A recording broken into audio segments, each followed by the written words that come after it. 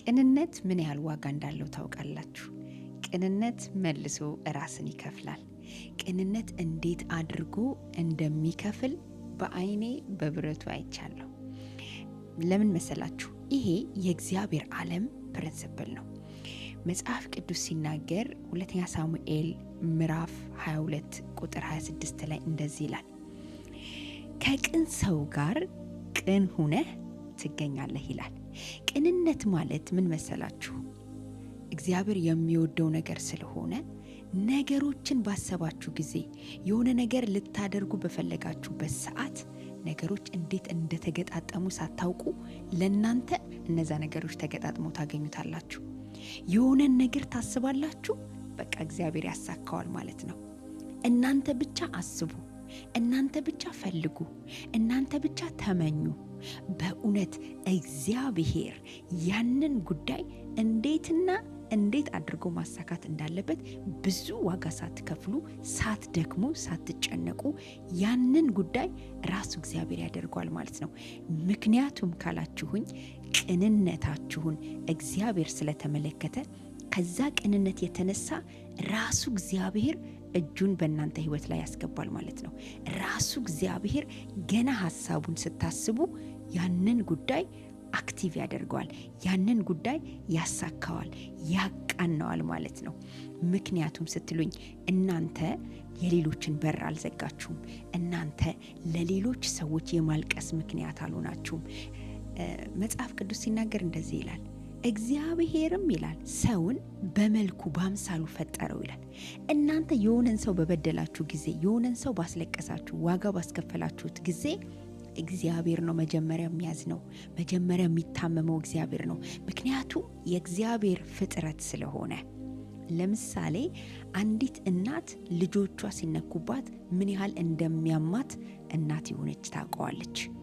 ልክ እንደዛው ሰው የተባለ ፍጥረት በሙላ ሲነካበት መጀመሪያ የሚያዝነውም የሚቆጣውም እግዚአብሔር ነው። እዛው ቁጥር ላይ እንደዚህ የሚል ቃል አለ። እዛው ክፍል ላይ ቁጥር 27 ላይ ከጠማማ ጋርም ጠማማ ሆነ ትገኛለህ ይላል። ምን ማለት ነው? ከጠማማ ጋር ጠማማ ሆነ ትገኛለህ ማለት የሆነን ነገር ታስባለህ፣ በተቃራኒው አይሳካልህም፣ ቢሳካልህም አይቆይልህም። ያ ነገር ፌል ያደርጋል። ያ ነገር በፍጹም አንተ እጅ ላይ አይገባም። በቀላሉ አንተ እጅ ላይ በፍጹም አይቀመጥም፣ ቢቀመጥም አይበረክትም ማለት ነው። አያችሁ፣ እግዚአብሔር ከጠማሞች ሰዎች ጋር ጠማማ ይሆናል ማለት ልክ እንደ ሰውየው ጠማማን ነገር ያደርጋል ማለት አይደለም። የእግዚአብሔር እጅ በሱ ህይወት ላይ አይገለጥም ማለት ነው። የእግዚአብሔርን እርዳታ አያገኝም።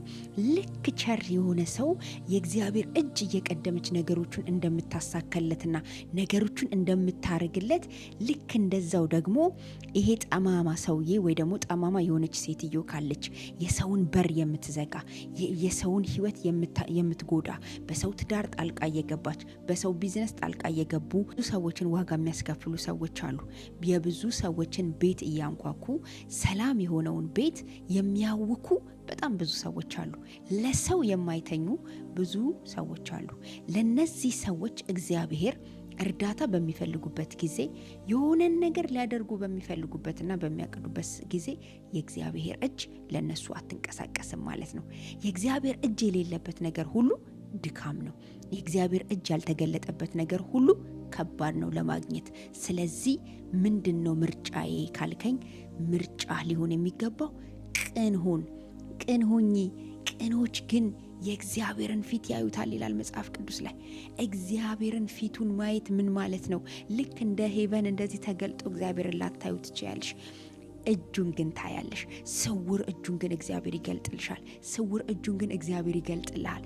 ነገርህን አመቻችቶ አስተካክሎ ኢቭን እንኳን ብዙዎቹ ለጥፋት፣ ለጉዳት፣ ለመከራ፣ ለሐዘን ነገራችሁን ለማበላሸት፣ ነገራችሁን የሆነ ነገር ለማድረግ ሲፈልጉና ሲያስቡ እግዚአብሔር ከፊት እየቀደመ እግዚአብሔር የናንተን ነገር እንዳይበላሽ፣ ነገርሽ ሊበላሽ ነው ቶሎ በይ አሽሽ እያለ፣ ነገርሽ እንዲህ ሊሆን ነው ቶሎ በይ እንደዚህ አድርግ እያለ ምሪት እየሰጠ እግዚአብሔር እየተከላከለ የምናየውን የማናየውን እግዚአብሔር በክንፎቹ እየጋረደ ነገራችንን በሙሉ እየሰወረ የኛና የኛ የሆኑትን ነገር ሊያስለቅሱን ዋጋ ሊያስከፍሉን የተነሱትን ነገሮች እግዚአብሔር እየሰወረ ምን ይላል? እያስመለጠ እኛ እንዳናለቅስበት ያደርጋል ማለት ነው። የእግዚአብሔር እርዳታ በህይወትሽ ላይ በህይወትህ ላይ ይሆናል ማለት ነው።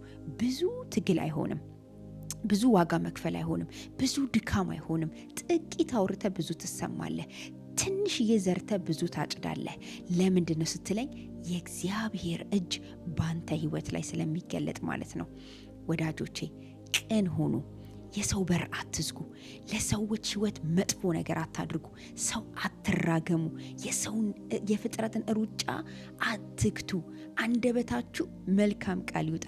እውነቴን ነው የምነግራችሁ፣ መልሶ ራሳችሁን ነው የሚከፍላችሁ። ማንንም አይከፍልም። ለሰው ቅን መሆን፣ ለሰው መልካም መዋል፣ የሰው ስም ማጥፋት በእውነት ነው የምላችሁ ዋጋ ያስከፍላችኋል። ምንም ያላደረጓችሁን የማታቋቸውን ሰዎች የትላንትና ህይወታቸውን እያነሳችሁ የምትከሱ ሰዎች፣ ትላንትና በፍቅር አብረዋችሁ የነበሩ፣ ትላንት በፍቅር አብረዋችሁ ሲበሉ ሲጠጡ በሰላም በፍቅር በቃ ጓደኛዬ ናት ወዳጄ ናት ብላ ሚስጥሯን ያካፈለችሽን ሚስጥሩን ያካፈለህን ያንን መጠቀሚያ አታድርጉት። ያንን ለሰዎች መምቻ ዱላ አታድርጉት። ስለዚህ ምንድን ነው ዛሬ የምትነግሪኝ ካላችሁኝ፣ ቅን ሁኑ። ቅኑ፣ እግዚአብሔር ከእናንተ ጋር ይሆናል። እግዚአብሔር ነገራችሁን ያቀናላችኋል። እግዚአብሔር መልካምን ነገር በህይወታችሁ ላይ ያደርጋል። ቅንነት መልሶ ይከፍላችኋል። ጋድ ብለስ ዩ። ከተመቻችሁ ይህንን ሼር፣ ኮፒ ሊንክ አድርጉልኝ። እንዲሁም ደግሞ ሪፖስት አድርጉት። ለሌሎች ሰዎች ደግሞ ሼር አድርጉ። ብዙ ሰዎች ዋጋ እየከፈሉ ነው። ይጠቀሙበት ወዳጆቼ። ስለዚህ ይህን ስለምታደርጉ ደግሞ እጅግ አድርጌ አመሰግናለሁ። ሻሎም